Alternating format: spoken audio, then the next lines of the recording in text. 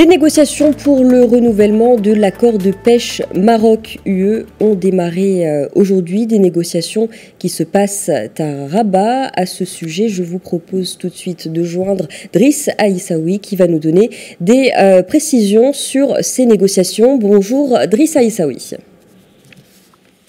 Allô ? Oui, bonjour. Bonjour.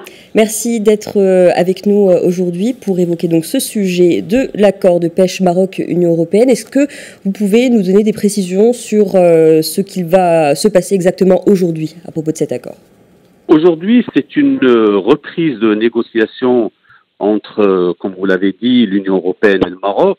Après un certain nombre de soubresauts, il y avait en fait un certain nombre d'événements qui sont intervenus dans le cadre de ce processus, qui est complètement rodé aujourd'hui entre le Maroc et l'Union européenne.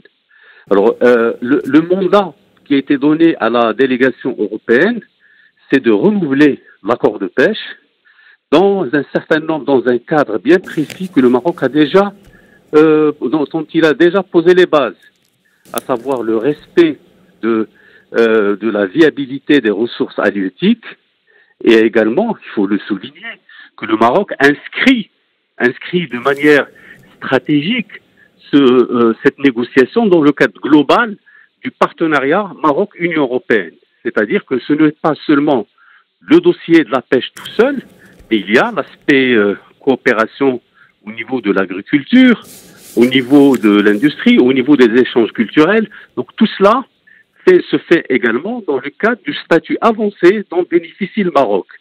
Aujourd'hui, c'est des négociations techniques, mais avec un mandat politique de la Commission européenne pour pouvoir justement voir quelles sont les possibilités de renouvellement en fonction, bien entendu, de ce qui existe sur le terrain, à savoir l'état des pêcheries et surtout ce souci de rendre le développement de ce secteur viable, qui puisse profiter, que ce soit un rapport gagnant-gagnant.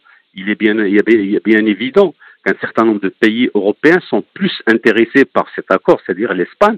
Mais comme l'Espagne est membre, donc on négocie dans ce cadre-là. Alors maintenant, techniquement, c'est les premières négociations. Il y a un round qui se tient aujourd'hui à Rabat. Il y a des autres qui vont se dérouler aussi à Bruxelles. Et ça va être des négociations absolument techniques.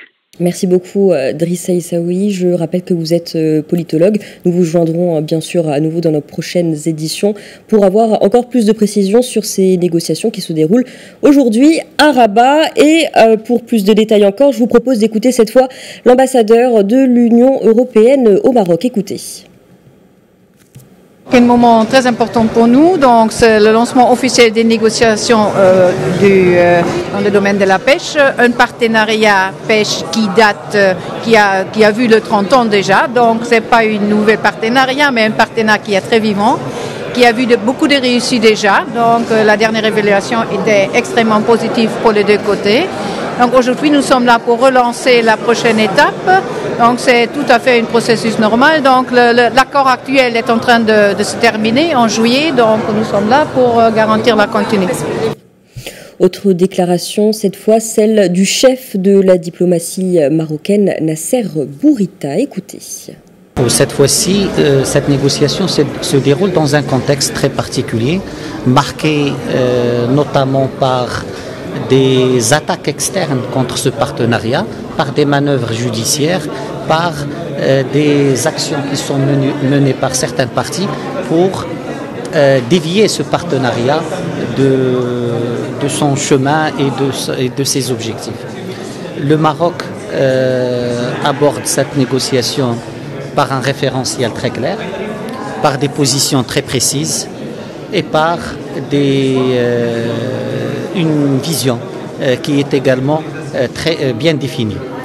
Le Maroc tient à son partenariat avec l'Union européenne, qui est un partenariat stratégique, qui est un partenariat fondamental.